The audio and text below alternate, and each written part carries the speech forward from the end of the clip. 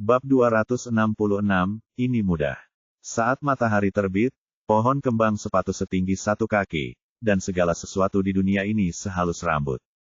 Matahari terbit di timur, awan merah memenuhi langit, kehangatan turun dari langit, dan aku berkeliaran dengan bebas di jalanan ibu kota yang ramai. Ada banyak toko di kedua sisi jalan, dan cahaya pagi menyinari batu bata merah dan ubin hijau atau atap paviliun yang berwarna cerah, menambah kesan kabur dan puitis pada pemandangan pagi ibu kota yang makmur di depannya, dari kamu. Di depan sebuah restoran di pinggir jalan, ada kerumunan orang yang membentuk lingkaran. Di tengah kerumunan ada 4 orang, 2 pengawal kerajaan, serta seorang pria glamor dan seorang anak laki-laki lusuh yang sedang berdebat di depan mereka. Kamu masih bilang kamu tidak punya uangku. Obatmu tidak murah kan? Dari mana kamu mendapatkan uangnya? Kamu punya semua barang curiannya dan kamu masih tidak mengakuinya. Pada ramuan di tangan pemuda lusuh itu, dia bertanya dengan ekspresi marah di wajahnya. Omong kosongmu. Ini obat yang kubeli dengan uang dari rumah. Balas bocah lusuh itu dengan wajah merah dan marah saat ditanyai oleh lelaki glamor itu. Kedua orang itu menjadi semakin bersemangat saat mereka berbicara. Di depan kedua Jin Yiwei, busa beterbangan kemana-mana, masing-masing memegang pendapatnya sendiri dan berdebat tanpa henti. Jangan bersuara, aku akan membuat penilaian sendiri tentang benar dan salah. Melihat 2 orang yang berdebat tanpa henti di depannya, seragam Fei Jin Yiwei membanting kipas lipat di tangannya dengan keras ke telapak tangannya, mengeluarkan suara keras, dan menyingkirkan 2 orang yang berdebat tanpa henti. Keduanya terkejut. Saya mendengar dari pengalaman Sen, siapapun yang ingin membuat keributan lagi, mari kita lihat apakah itu mulut Anda atau kekeras kepalaan narapidana. Jin Yiwei lainnya dengan pakaian biru dan hitam mengayunkan pisau pegas bersulam di pinggangnya. Katakan dulu. Fei Jin Yiwei menunjuk ke pria glamor itu dan berkata. Mendengar ini, pria glamor itu meletakkan tangannya di tanah dan bersujud berterima kasih. Kemudian dia menunjuk ke arah pemuda lusuh itu dan berkata dengan tegas. Terima kasih, guru, masalahnya seperti ini, kecil. Para penjaga di Fei seragam menginterogasi kedua pihak. Selama kasus tersebut, Zhu Ping'an melirik keluar, dan kemudian mengalihkan perhatiannya ke sekeliling, di mana terdapat banyak toko. Namun kebetulan ada seorang lelaki tua yang menjual manisan hao tidak jauh dari situ. Maka Zhu Ping'an keluar dari kerumunan dan berjalan menuju lelaki tua itu. Orang tua, bagaimana cara menjual manisan hao ini? Zhu Ping'an berjalan ke arah orang tua itu dan bertanya. Cheng Hui 6 sen seutas tali. Orang tua itu mengulurkan tangannya dan membuat tanda 6 dan menjawab. Setelah mendengarkan jawaban orang tua itu, Zhu Ping'an menunduk dan menghitung 6 sen dari sakunya, menyerahkannya kepada lelaki tua itu, dan membeli seikat manisan hao. Sudah berapa lama kamu bekerja di warung hari ini? Apakah bisnisnya bagus? Zhu Ping'an mengambil manisan hao dari lelaki tua itu dan mulai mengobrol dengan senyuman di wajahnya. Orang tua yang membeli manisan hao membuat bisnis dan suasana hatinya sedang baik. Dan dia khawatir dia tidak akan bisa melihat toko manisan hao dan menonton kesenangannya. Tetapi sekarang seseorang datang untuk mengobrol dengannya, yang dia harapkan, jadi dia mulai mengobrol dengan Zhu Ping'an. Paman meninggalkan kios pagi-pagi sekali. Apakah kamu melihat apa yang terjadi di depanmu? Setelah mengobrol sebentar, Zhu Ping'an menunjuk ke kerumunan di depan dan bertanya pada lelaki tua itu. Oh, kamu benar-benar bertanya pada orang yang tepat. Apa yang kulihat tadi memang benar. Pagi-pagi sekali, anak laki-laki itu datang dari arah itu membawa beberapa kantong jamu. Dia berjalan ke arahku, dan setelah berjalan tidak jauh, aku melihat anak laki-laki itu melirik ke dinding, lalu dia berjongkok dan mengambil kantong uang. Kantong uang itu terbuat dari kain hijau. Anak laki-laki ini sungguh beruntung berjongkok di sana. Dia pergi. Dia menunggu pemiliknya beberapa saat. Kemudian, sekitar beberapa saat, saya melihat pria itu datang dari arah lain, melihat sekeliling seolah sedang mencari sesuatu. Laki-laki apa yang dia cari? Laki-laki itu berkata bahwa dia telah kehilangan kantong uang dan sedang mencarinya. Kemudian anak laki-laki itu memberikan kantong uang itu kepada laki-laki itu dan laki-laki itu mengambilnya. Setelah melewati kantong uang itu, dia membukanya dan menghitung itu. Kekhawatirannya berubah menjadi kegembiraan, dan dia berbalik dan pergi tanpa mengucapkan terima kasih. Petik 2. Namun, tidak lama setelah pergi, lelaki itu kembali, dan kemudian aku melihat mereka berdebat. Petik 2. Lelaki tua yang menjual manisan Hao perlahan menjelaskan keseluruhan cerita. Setelah mendengar ini, Zhu Ping'an mengangguk dan secara kasar memahami keseluruhan cerita. Menurut penuturan lelaki tua itu, kira-kira ceritanya seperti ini, lelaki glamor itu kehilangan tas uangnya, dan bocah lusuh itu mengambilnya. Ketika lelaki glamor itu datang mencarinya, ia memberikan kantong uang itu kepadanya. Setelah lelaki tampan itu mendapatkan kantong uang, dia membukanya dan menghitungnya, dan kekhawatirannya berubah menjadi kegembiraan. Artinya, dompet itu hilang dan ditemukan kembali, dan tidak ada satu sen pun uang di dalamnya yang hilang. Tetapi ketika saya pergi dan kembali, saya hanya berpikir bahwa anak ini sangat bodoh sehingga dia bahkan tidak menginginkan uang yang dia temukan, jadi sebaiknya saya berhenti memerasnya. Dia menghabiskan sejumlah uang. Namun, untuk memastikan keaslian masalah tersebut, setelah mengucapkan selamat tinggal kepada lelaki tua itu, Zhu Ping'an berjalan ke kios lain di dekatnya. Ini adalah kios yang menjual kue wijen. Pemilik kios adalah seorang paman, dan dia ditemani oleh seorang anak kecil sedang menghisap jempolnya. Ketika dia berjalan ke warung, Zhu Ping'an membeli 2 kue wijen, lalu berjongkok untuk menggoda anak kecil itu, dan memberikan manisan Hao di tangannya kepada anak itu setelah memujinya. Kemudian, Zhu Ping'an mengetahui situasinya dari lelaki tua di kedai kue wijen. Apa yang dikatakan pamannya pada dasarnya sama dengan lelaki tua dengan manisan Hao. Setelah mengucapkan selamat tinggal kepada pamannya di warung kue wijen, Zhu Ping'an memberikan 2 kue wijen yang dibelinya kepada pengemis yang sedang bersandar di dinding untuk berjemur di bawah sinar matahari hal yang sama. Jadi masalahnya adalah pria glamor itu memeras uang sebagai imbalan balas dendam. Jadi, Zhu Ping'an berjalan menuju kerumunan itu. Di tengah kerumunan, Jin Yiwei dari seragam Feiyu masih menginterogasi kedua orang tersebut. Saat menginterogasi, dia dengan cermat mengamati mata dan ekspresi mereka untuk melihat apakah mata mereka berbinar dan apakah mereka tersipu karena suatu alasan telinganya bergerak sedikit. Dia berdiri dan mendengarkan dengan cermat jawaban dan napas mereka. Ini juga merupakan pengalaman interogasi yang dikumpulkan oleh Feiyu Fu Jinyiwei ketika dia menjadi hakim daerah dalam memutus kasus. Yang pertama adalah mendengarkan kata-kata, yang disebut mendengarkan kata-katanya, dan mendengarkan kata-kata akan membuat kata-kata menjadi buruk. Pada warna, itulah yang disebut mengamati warna, dan mendengarkan ki akan membuat wajah dan telinga menjadi merah. Yang ketiga adalah mendengarkan udara, yaitu mendengarkan nafas. Jika rasionalitasnya terdistorsi, maka nafas tidak lancar mengalir. Yang keempat mendengarkan dengan telinga, yaitu memeriksa pendengaran. Jika rasionalitasnya menyimpang maka pendengaran menjadi tidak jelas. Yang kelima mendengarkan dengan mata, memperhatikan dengan mata. Jika rasionalitas terdistorsi, mata akan berbinar. Setelah diinterogasi oleh penjaga berseragam Feiyu, dia memahami 89 poin dan menyimpulkan bahwa pemuda lusuh itu adalah anak yang jujur. Tidak peduli bagaimana dia bertanya, dia menceritakan kisah yang sama. Berbeda dengan pria berkelas itu. Dia keluar untuk menarik uang tadi malam dan jam malam sudah berakhir. Ketika dia bertanya pada dirinya sendiri, dia bingung dan perkataannya tidak konsisten. Oleh karena itu, Feiyu Fu Jinyiwei memutuskan untuk menghukum pria glamor tersebut. Kamu bohong. Penjaga berseragam Feiyu mengarahkan kipas lipatnya ke pria glamor itu. Tuanku, saya dianiaya. Saya adalah korban. Tuanku, Anda tidak bisa tertipu dengan penampilannya. Orang miskin pasti penuh kebencian. Tuanku, anak ini memakai pakaian lusuh dan membeli obat. Dia mencari uang, teruskan, tuanku. Melihat ini, pria tampan itu tampak marah dan berlutut di tanah sambil menangis. Pria ini tidak mudah untuk dihadapi, dia bisa disiksa dan disiksa.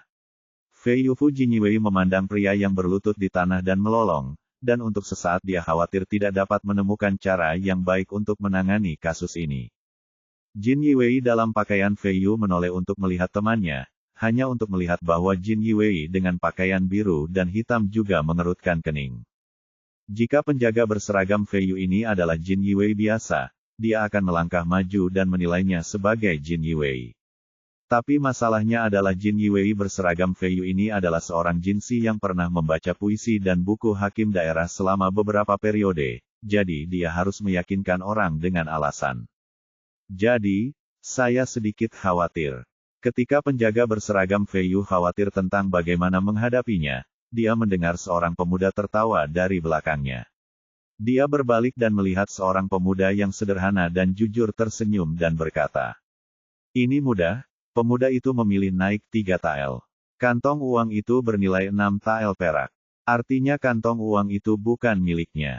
Mendengar ini, Feiyu Jinyiwei sangat terinspirasi dan memandang pemuda jujur itu dengan kagum, lalu menoleh ke kedua pihak yang terlibat lalu berkata, "Iya benar, kantong uang ini untuk sementara akan diberikan kepada pemuda yang menemukannya, dan dia akan menunggu pemiliknya. Jika pemiliknya tidak datang, saya akan berhenti memberikannya kepada Anda. Beli saja obat untuk orang tuamu. Sedangkan untukmu, ini bukan kantong uang yang hilang. Kamu bisa mencari kantong uang yang hilang. Jangan main-main, kalau tidak aku tidak akan menyalahkanmu karena bersikap kasar." Petik 2. Feiyu kata Jin Yiwei mengambil kantong uang dari tangan pria tampan itu dan meletakkannya di tangan pemuda lusuh itu. "Tetapi Tuan, dompet ini milik saya, dan dompet saya terbuat dari kain hijau." Mendengar hal itu, lelaki tampan itu berkata dengan tergesa-gesa, penuh penyesalan. "Haha, aku juga punya. Ada banyak dompet kain hijau. Carilah dompet 60 tael yang hilang itu." Pemuda jujur di antara kerumunan itu mengeluarkan miliknya dari rumah Yi Xiu tersenyum dengan sudut bibir melengkung. Pria glamor itu menatap kerumunan dan tidak bisa berkata apa-apa, jadi dia pergi dengan putus asa. "Saya menyesal, saya berjudi sepanjang malam dan akhirnya memenangkan 3 tael perak. Sayangnya, saya akan mencoba peruntungan saya besok." Bab 267 Seorang gadis datang dari selatan. Perselisihan di depan restoran pun berakhir, dan orang-orang memberikan berbagai pujian kepada dua penjaga berseragam yang telah menyelesaikan kasus tersebut dengan adil. Bocah lusuh itu berlutut dan bersujud sebagai rasa terima kasih baru saja, mereka menemukan bahwa dia telah lama menghilang. "Sayang sekali, awalnya aku ingin berteman." Penjaga berseragam Feiyu melihat sekeliling dan tidak bisa melihat pemuda jujur yang baru saja berbicara, jadi dia hanya bisa menghela nafas. Saat ini, pemuda jujur yang mereka pikirkan telah menyeberang jalan lain dengan tas sekolah tersandang di tubuhnya dan papan kayu hitam di bawah lengannya. Ketika Zhu Ping'an kembali ke penginapan dari jalan semula, 3 kapal besar di Sungai Yangtze sedang menyusuri sungai. Ketiga kapal besar tersebut ibarat gabungan antara kapal dinas dan perahu lukis, tebal dan kuat, namun juga memiliki paviliun dan paviliun. Keamanan, keindahan, dan kenyamanannya jauh melampaui apa yang bisa ditandingi oleh kapal penumpang biasa. Di paviliun tinggi sebuah kapal besar, terdapat selimut brokat dan karpet yang dijahit dari kulit binatang, dan pagar di sekitarnya juga ditutupi dengan selimut brokat. Seorang gadis malas seperti iblis duduk dengan nyaman di atas karpet, bersandar di pagar. Dia memegang sebuah gulungan di tangan giok seputih saljunya. Ada sebuah puisi di halaman judul. "Ada pepohonan di pegunungan, dan pepohonan memiliki cabang, dan hatiku dipenuhi dengan kegembiraan." Kamu tidak tahu. Petik 2. Rambut hitam panjang gadis itu diikat menjadi sanggul putri dengan jepit rambut karang giok merah dengan jumbai yang tergantung di sana. Jumbai itu bergoyang ketika angin bertiup, menonjolkan keanggunan dan kecantikan gadis itu. Kulit gadis itu seputih salju, seputih batu giok, bibirnya merah dan giginya putih, dan postur tubuhnya penuh perhatian. Duduk di sana, dia tampak seperti rubah betina dan sucubus, membalik halaman buku dengan nyaman. Ada juga seorang pelayan kecil berwajah bulat dan disanggul yang sedang berlutut di atas karpet.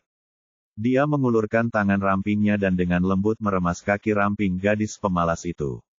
Dia melakukan pijatan dengan sangat keras, dan wajahnya yang merah muda memerah.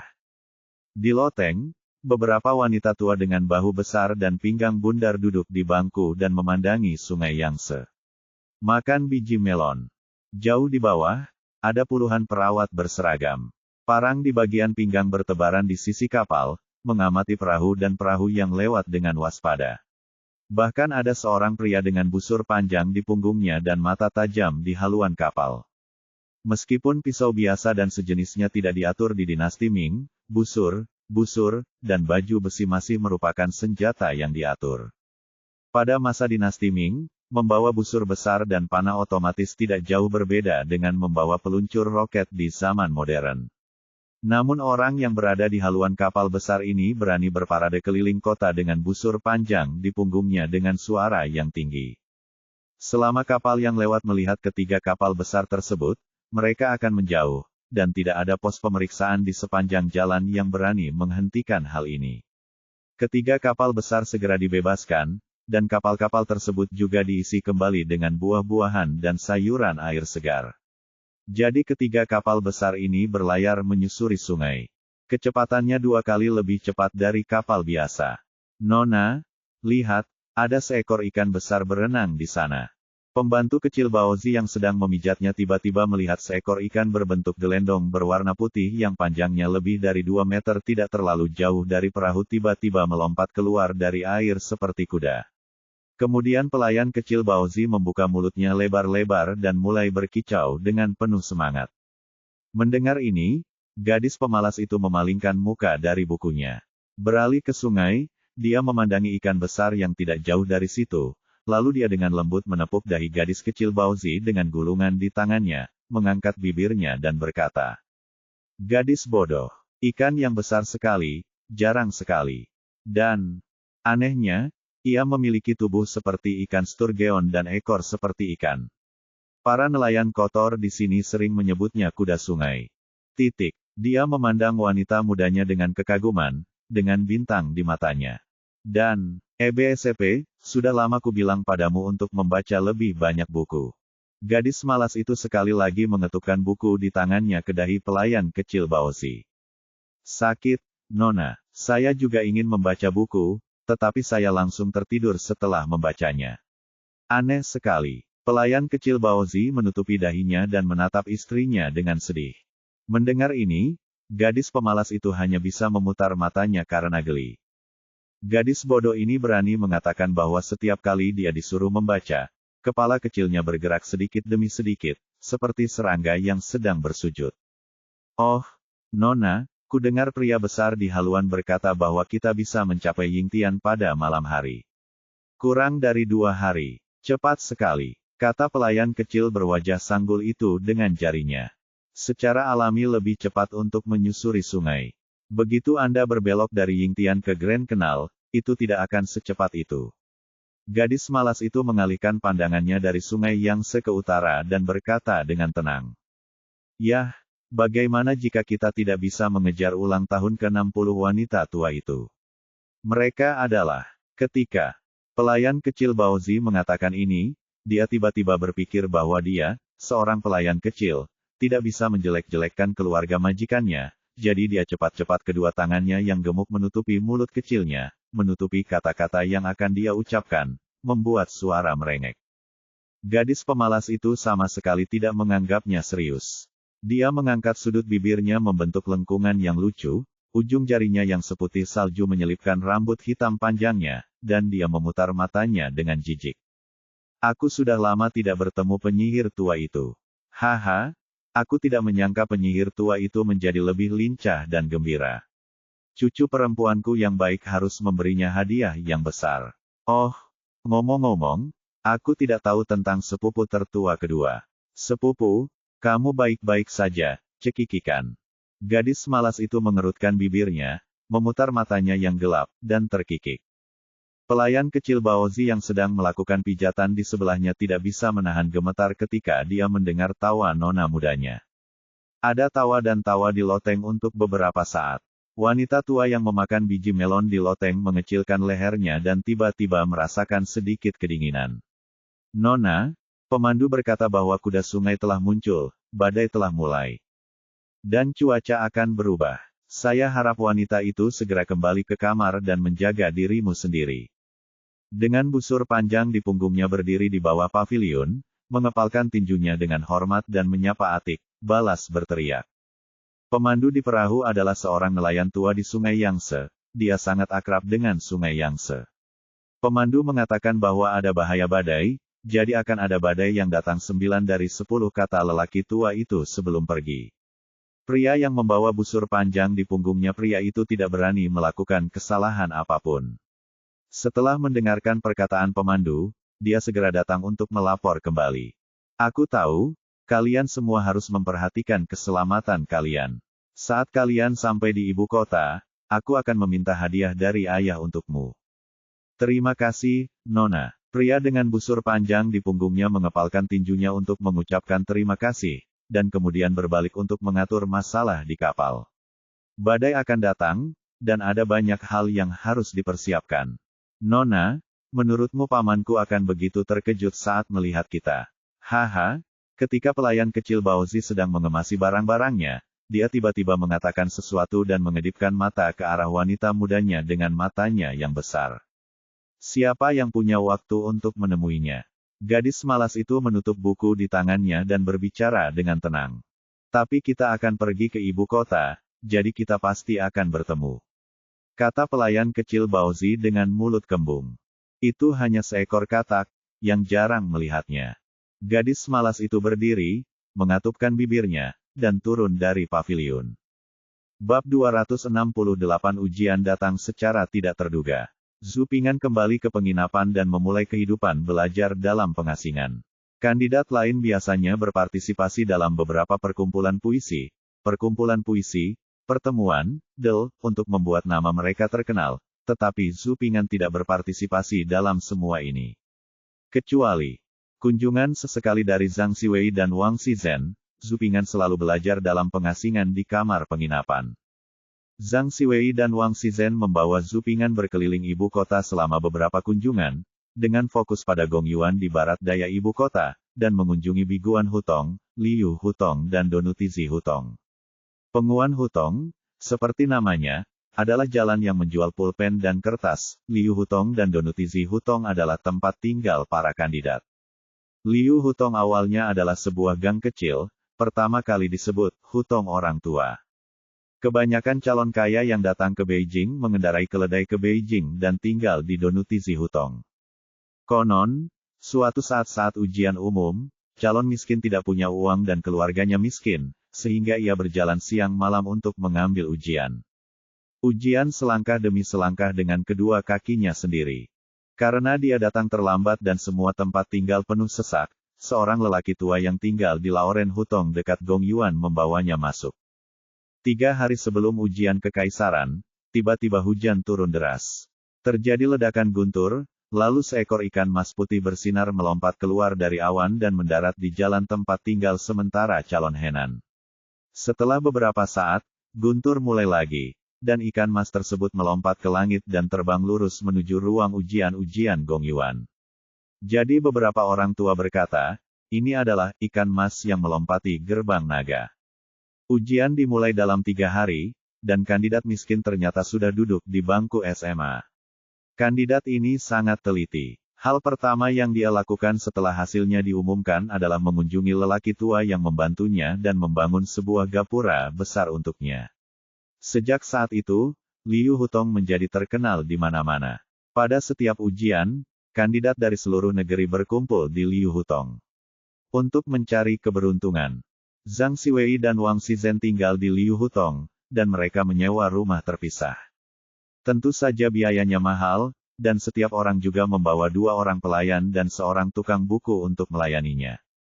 Saat masa ujian semakin dekat, Zhang Xiwei dan Wang Shizhen semakin jarang datang. Terutama terinspirasi oleh pembelajaran Zhu Ping'an dalam pengasingan, keduanya secara bertahap menunda pertemuan puisi dan berkonsentrasi pada persiapan dan peninjauan sebelum ujian. Zhu Ping'an sepertinya telah kembali ke era ujian masuk perguruan tinggi. Dia tinggal di rumah dan belajar dengan giat. Makan 3 kali sehari disediakan oleh petugas toko. Ini tentang rajin dan tepat waktu. Kombinasi daging dan sayurannya luar biasa. Pada hari ini, Zhang Xiwei dan Wang Shizhen berkumpul kembali dan mengundang Zhu Ping'an pergi ke Yamen untuk mendaftarkan identitasnya. Kehidupan Zhu Ping'an belajar mengasingkan diri hanya berlangsung setengah bulan dan harus diakhiri karena ujian akan segera dimulai. Zhu Ping'an awalnya salah memperkirakan waktu ujian. Ujian dinasti Ming diadakan pada bulan Februari. Bulan Maret yang semula tercatat adalah waktu ujian setelah dinasti Qing mengubahnya. Ujian ini diselenggarakan oleh Kementerian Ritus dan prosesnya mirip dengan ujian provinsi. Anda harus mendaftarkan identitas Anda terlebih dahulu, yang setara dengan mendaftar ujian modern, lalu mengikuti ujian. Bagaimanapun, ujian tersebut adalah ujian terpusat untuk orang-orang dari seluruh negeri. Jika Anda tidak mendaftar, Anda tidak akan tahu berapa banyak orang yang berpartisipasi. Pernah dengar, konon, NK akan merekrut 400 orang untuk ujian ini, hampir 100 lebih banyak dibandingkan tahun-tahun sebelumnya. Zhang Siwei tiba-tiba berkata kepada Zhu Ping'an dan Wang Shizhen dengan misterius dan penuh semangat. Siwei, kamu sangat berpengetahuan. Zhu Ping'an mendengar ini. Mau tak mau aku mengaguminya. Keluarga Zhang Siwei adalah keluarga pedagang garam dan saudagar kaya di Pusu. Pamannya adalah Wang Chonggu, seorang jinsi di Jiajing selama 20 tahun. Dia juga pria yang galak, dan dia seharusnya menjadi prefek di suatu tempat sekarang. Benar saja, ada seseorang di pengadilan yang suka menjadi pejabat, bahkan dia bisa mengetahui kuota masuk untuk ujian semacam ini. Tahun-tahun sebelumnya yang mengikuti ujian sekitar 300 orang. Jika ujian tahun ini menerima 400 orang, maka saya akan sedikit lebih yakin. Kurang dari BR, lebih besar dari. Zhu Ping'an cukup senang mendengar kabar ini. Ya, saya juga pernah mendengarnya. Perubahan ini merupakan berkah bagi Anda dan saya. Sangat memuaskan bagi Anda dan saya untuk meneruskan daftar yang sama. Wang Shizhen telah mendengar beritanya sejak lama, tapi mendengarkannya lagi, saya masih merasa bersemangat. Apalagi kalau dipikir-pikir, jika saya lulus ujian bersama Zhang Siwei dan Zhu Ping'an, saya merasa semakin bersemangat. Bukankah akan lebih bagus jika kita memiliki minat yang sama, saling mengenal sebelum mengikuti ujian, dan memenangkan ujian bersama? Saya lega Wen Sheng akan mengikuti ujian kali ini. Keluarga Wang dari Taichang adalah yang terbaik di dunia dalam hal pakaian, puisi, dan tulisan, dan Wen Sheng adalah yang terbaik di keluarga Wang. Dia pasti akan lulus ujian di sekaligus. Soal ujian Ziho juga tidak besar. Meskipun Ho masih muda, dia memiliki pemikiran yang cepat, yang jarang terjadi di dunia. Terlebih lagi, seperti kebiasaan dinasti kita, hasil ujian dibagi menjadi utara dan selatan, 6 dari selatan dan 4 dari utara. Ada banyak tempat kali ini, dan Ziu berada di peringkat selatan. Ujian ini pasti akan menjadi ujian yang besar. Ada keuntungannya. Zhang Siwei menunjuk ke arah Wang Shizhen dan kemudian melihat ke Zhu Ping'an, keduanya menaruh harapan besar pada wawancara ini. Namun ketika sampai pada hal ini, Zhang Siwei mengubah kata-katanya, menunjuk dirinya sendiri lagi, dan berkata sambil tersenyum masam, saya khawatir kata-kata saya akan menghalangi Anda. Siwei bercanda lagi, tetapi yang lain tidak tahu, Ziu dan saya punya bagaimana mungkin Anda tidak tahu. Siwei, Anda hebat dalam menulis dan kaligrafi, dan Anda adalah seorang naturalis sejati yang terkenal di Pusu. Anda sangat terkenal dengan komposisi 8 bagian Anda. Saya pandai puisi, tapi aku sudah lama lebih rendah darimu. Ziu, bukan. Percayalah padanya, Siwei adalah orang yang keren dan suka bercanda. Wang Shizhen menggelengkan kepalanya, menunjuk ke arah Zhang Siwei, dan tersenyum pada Zhu Ping'an. Wen Sheng, tolong jangan datang untuk menghiburku, kata Zhang Siwei sambil tersenyum pahit. Ku bilang, kalian berdua pasti akan masuk dalam daftar ranking SMA kali ini, percaya atau tidak. Zhu Ping'an memandang mereka berdua dan berkata dengan bibir terangkat. Ziho, datang dan tertawalah. Benar, meskipun Ziho berwajah jujur dan masih muda, menurutku Ziho lebih pintar dari Siwei. Itu karena orang-orang dibutakan oleh kejujuran Ziu menghadapi dan kehilangan kewaspadaan. Mereka sangat membenci orang tuaku karena memberiku wajah yang begitu tampan, haha. Setelah mendengar ini, Zhang Siwei dan Wang Shizhen berbalik dan mengincar Zhu.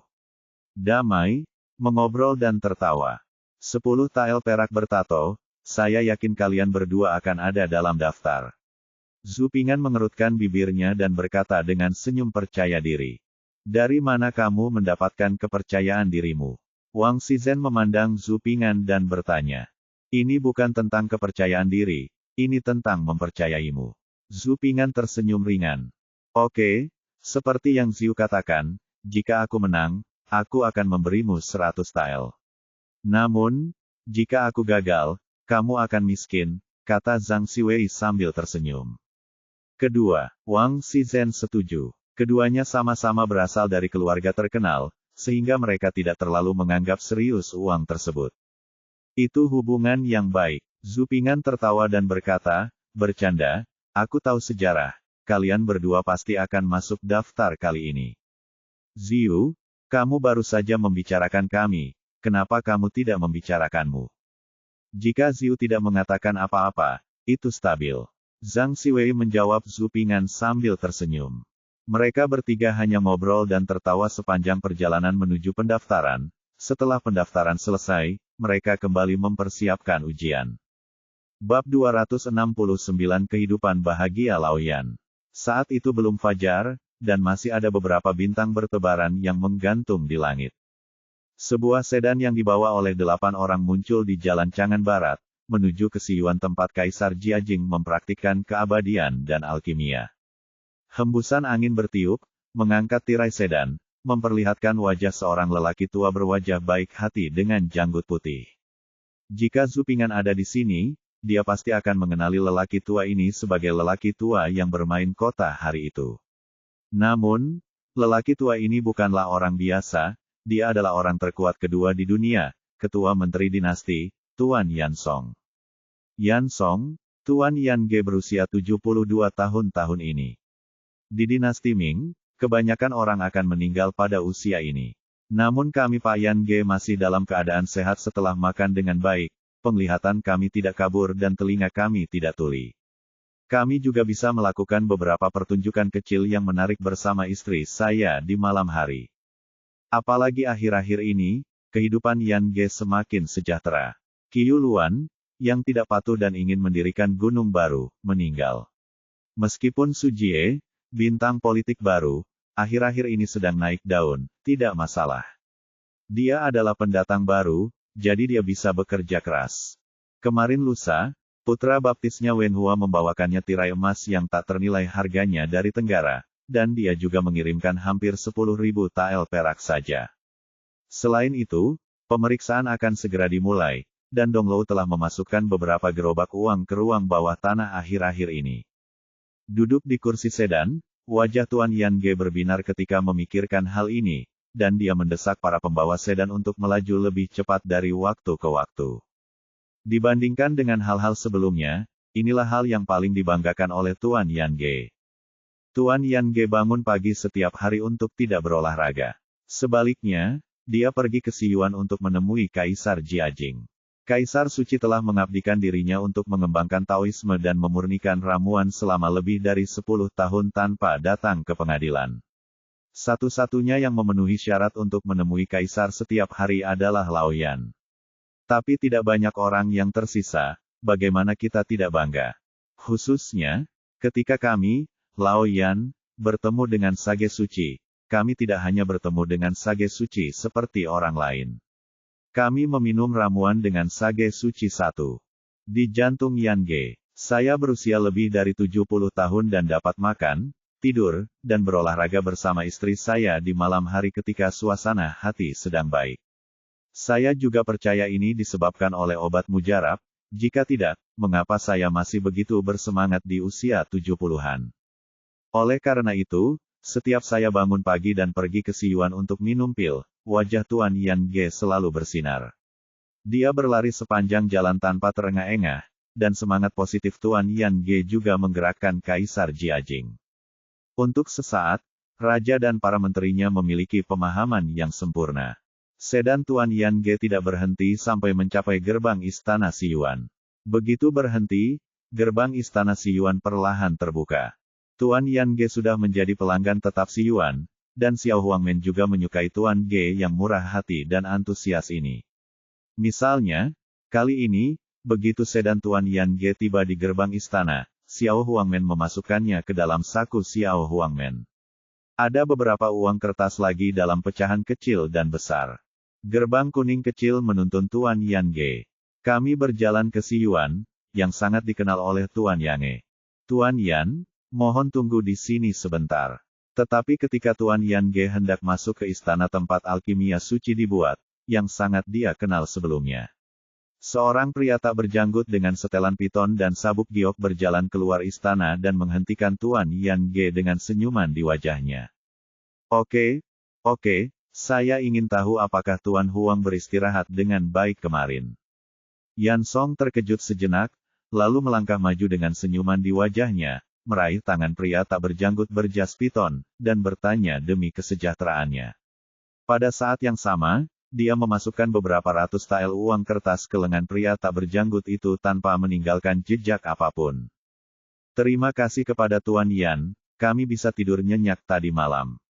Kami tidur nyenyak, kata pria berjas piton sambil memasukkan uang kertas ke dalam lengan baju Yan Song lagi tanpa meninggalkan jejak apapun. Penyembunyiannya jauh lebih cepat daripada Yan Song. Huang Gong sangat jujur dan jujur, sungguh mengagumkan. Yan Song berkata dengan kagum. Tuan Yan bercanda. Tuan Yan, mohon luangkan waktu sejenak untuk beristirahat. Pria berjas piton itu berkata, mengulurkan tangannya, dan meminta Yan Song untuk meluangkan waktu sejenak ke istana di sebelahnya dengan senyuman di wajahnya. Beraninya kamu, Tuan Yan tolong. Yan Song, seorang pria berusia 70-an, bereaksi dengan cepat, setengah membungkuk dan mengulurkan tangannya sebagai isyarat mengundang. Sebagai ketua menteri kabinet, Yan Song tidak perlu melakukan ini sepenuhnya kepada pria berjas piton karena pria ini bukanlah orang biasa Kasim Harem, Huang Jin. Kaisar Jiajing sangat meremehkan para Kasim, berpikir bahwa para Kasim ini cocok untuk membersihkan toilet dan mengosongkan toilet.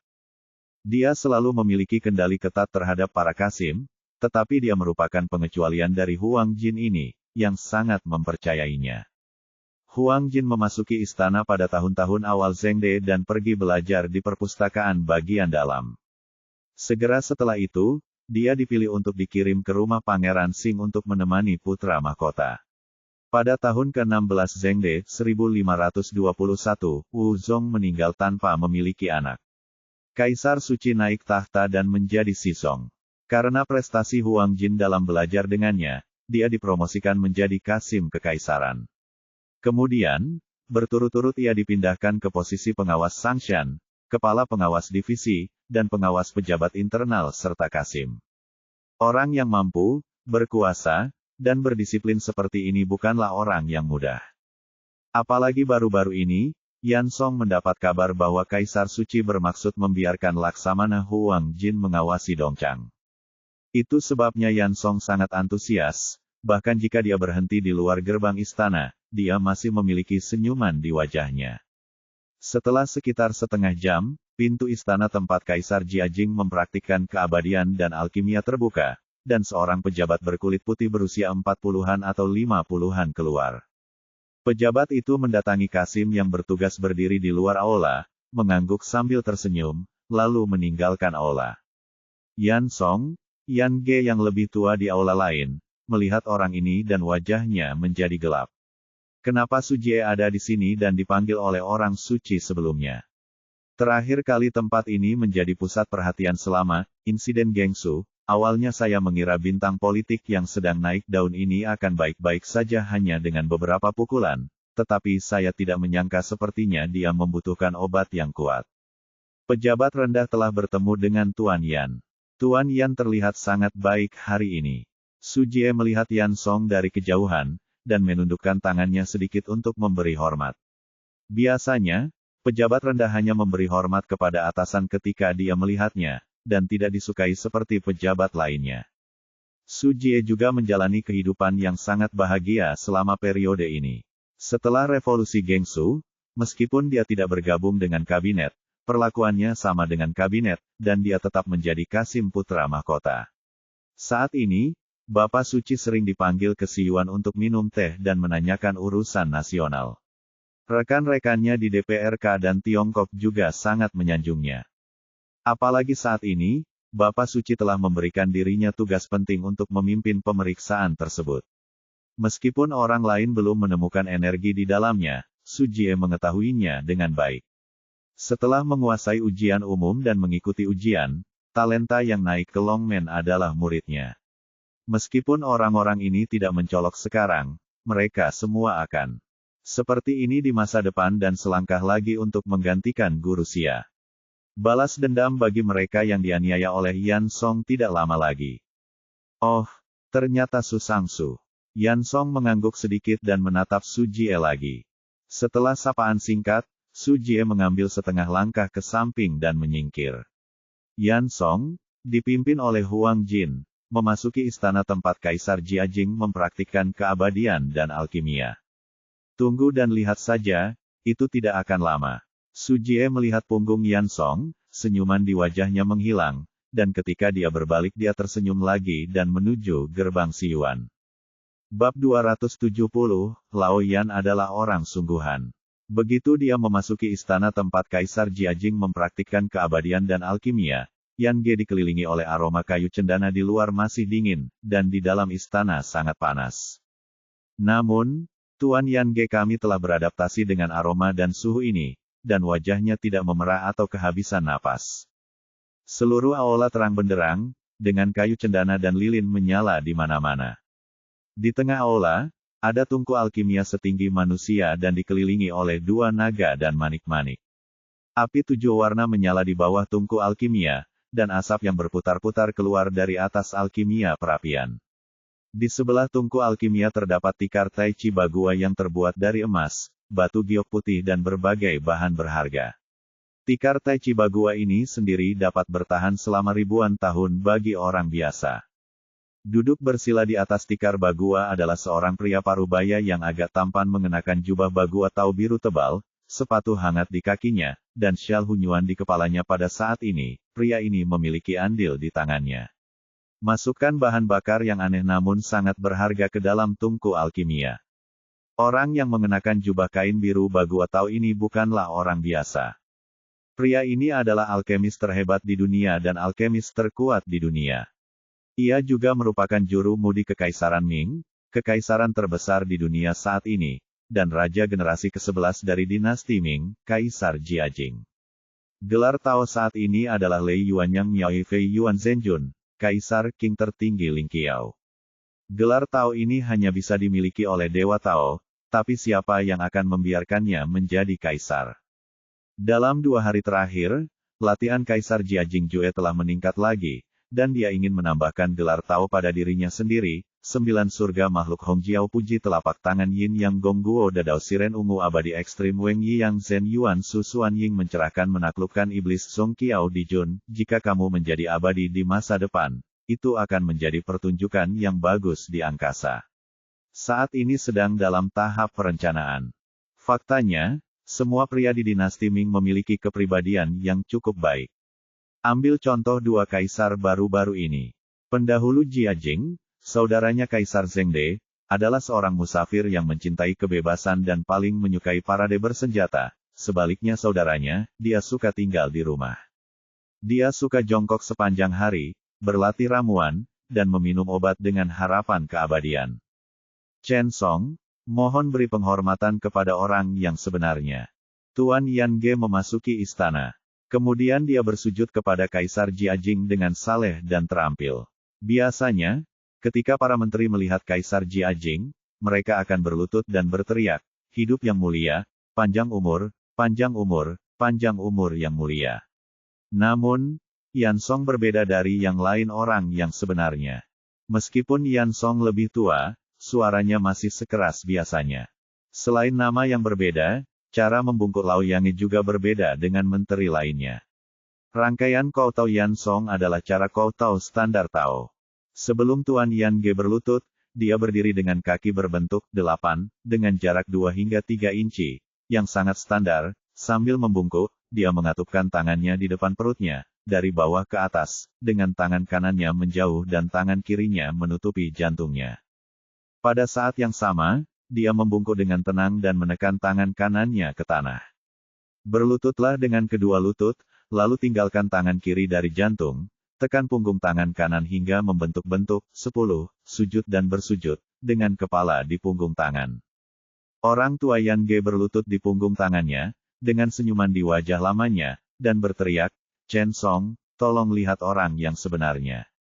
"Bangunlah, Wei Zong." Kaisar Jiajing, yang sedang duduk di atas tikar Tai Chi Bagua, tidak bisa menahan senyum setelah mendengar penghormatan Yan Song. "Yan Song masih memahami perasaanku. Su Jie meneleponku berumur 3 kali sekarang, tapi itu tidak senyaman kata-kata Yan Song." Setelah mendengar Kaisar Jiajing memanggilnya Wei Zong, Yan Song sangat senang. Yang Kudus tidak memanggilnya dengan namanya, tetapi memanggil karakternya sendiri. Terlihat bahwa Yang Kudus masih sangat menyayanginya, dan keluarga kudusnya masih ada. "Terima kasih, Guru." Wajah Yan Song secerah senyuman, lalu dia berdiri dan berdiri dengan hormat di samping. Kaisar Jiajing menambahkan sedikit bahan bakar ke tungku alkimia. Melihat api berkobar dengan dahsyat, dia mengangguk puas, menepuk-nepuk serutan arang di tangannya, dan berdiri dari matras Tai Chi Bagua. Huang Jin membawakan air kepada Kaisar Jiajing untuk membersihkan dan menyekat tangannya dengan mengedipkan mata, dan kemudian memerintahkan Huang Men kecil untuk membawakan kursi bersulam bagua dan pola naga untuk diduduki Kaisar Jiajing.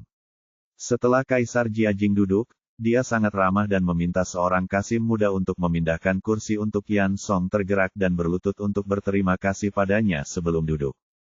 Setelah Kaisar Jiajing menunggu Yan Song duduk, dia mulai mengobrol. Saat mengobrol, topiknya beralih ke ujian yang akan datang. "Wei Zong, bagaimana kinerja Su Jie dalam ujian ini?" Kaisar Jiajing bertanya dengan santai. Berdasarkan kalimat ini, Yan Song telah menyimpulkan bahwa Kaisar telah memutuskan untuk memilih Su Jie sebagai orang yang mengadakan ujian. Pantas saja si lelaki tua Su Jie baru saja mengangkat ekornya, ternyata begini. Bukankah itu hanya mengadakan audisi? Namun, inilah waktunya untuk memukul lelaki tua Su Jie ini. Su Sangsu dari Chen Jue adalah kandidat terbaik untuk memimpin ujian. Yan Song menjawab dengan pasti. "Oh, kenapa?" Jiajing menyipitkan matanya dan bertanya dengan penuh minat. Puisi dan kaligrafi Su Sangsu luar biasa. Hingga hari ini, Su Sangsu terus menulis, dan telah menerbitkan banyak karya terkenal. Ini adalah kekuatan Su Sangsu ketika dia mengikuti ujian kekaisaran. Dia sangat berpengalaman dalam mendisiplinkan siswa dan pandai mengawasi mereka. Tidak ada masalah untuk memimpin ujian. Petik 2. Dalam beberapa hari terakhir, saya mengamati bahwa Su Sangsu lebih rajin dan memperhatikan urusan pemerintahan, dan telah berhasil pemeriksaan semua pejabat di Kementerian Ritus Promosi, Gelar, Mutasi. Su Sangsu berdedikasi pada tanggung jawabnya, adil dan tanpa pamrih, dan benar-benar menjadi teladan bagi para menteri puisi untuk Zai Jiaoqing. Petik 2. Petik 2. Singkatnya, Su Sangsu berbakat dan berdedikasi, dan dia adalah kandidat terbaik untuk ujian ini. Dalam waktu singkat, Yan Song memuji Su Jie berulang kali tentang puisi dan kaligrafinya. Oke, dia memiliki pengalaman manajemen yang cukup, dia rajin, adil dan tidak mementingkan diri sendiri. Qingqi juga hebat, dan bakatnya tidak disebutkan lagi. Singkatnya, Yan Song sangat memuji Su Jie dan berulang kali menekankan bahwa Su Jie jika bukan karena waktu yang terbatas, Tuan Yan Ge akan dapat memuji jasa Su Jie di sini sepanjang siang dan malam. Jika Su Jie ada di samping, dia pasti akan tersipu. Dia pasti akan memegang tangan Yan Song dan berkata dengan emosi, "Hei, aku tidak menyangka kamu, Lao Yan, menjadi orang sungguhan." Mendengarkan evaluasi Yan Song terhadap Su Jie, Kaisar Jiajing mengangguk berulang kali dan bahkan menghargai Yan Song lagi. Apakah kepala Yan Song ditendang oleh keledai? Saat dia melihat Su Jie di luar tadi, dia masih berpikir untuk memukul bocah tua ini. Mengapa dia bertingkah seperti pengecut sekarang, berlutut untuk menyentuh Su Jie tanpa integritas moral? Melihat tatapan kagum Kaisar Jiajing padanya, Yan Song memuji Su Jie dengan lebih antusias.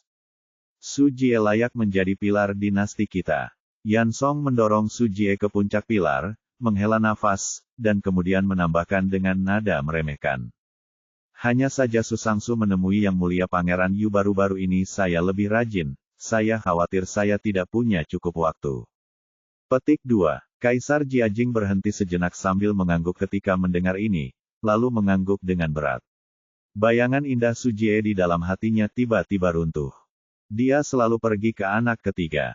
Su Jie berubah pikiran. Beberapa bulan yang lalu, Su Jie menulis surat kepadanya untuk mengangkat seorang pangeran. Dia selalu lari ke anak ketiga, tak heran. Anak ini, sebelum aku mati, dia siap memulai bisnis baru. Kaisar Jiajing telah membuat kesalahan besar untuk Su Jie di dalam hatinya dan membuang Su Jie ke istana yang dingin. Dia tidak akan menggunakan kembali bocah bermata dua ini lagi di masa depan. Yan Song sangat akrab dengan Kaisar Jiajing. Melihat ekspresi Kaisar Jiajing, Yan Song tersenyum diam-diam di dalam hatinya. Su Jie, kamu masih ingin melawanku. Kamu masih sangat muda. Tidak masalah jika saya memuji Anda 100 kata. Jika saya merendahkan Anda, 1 kalimat sudah cukup. Bersambung.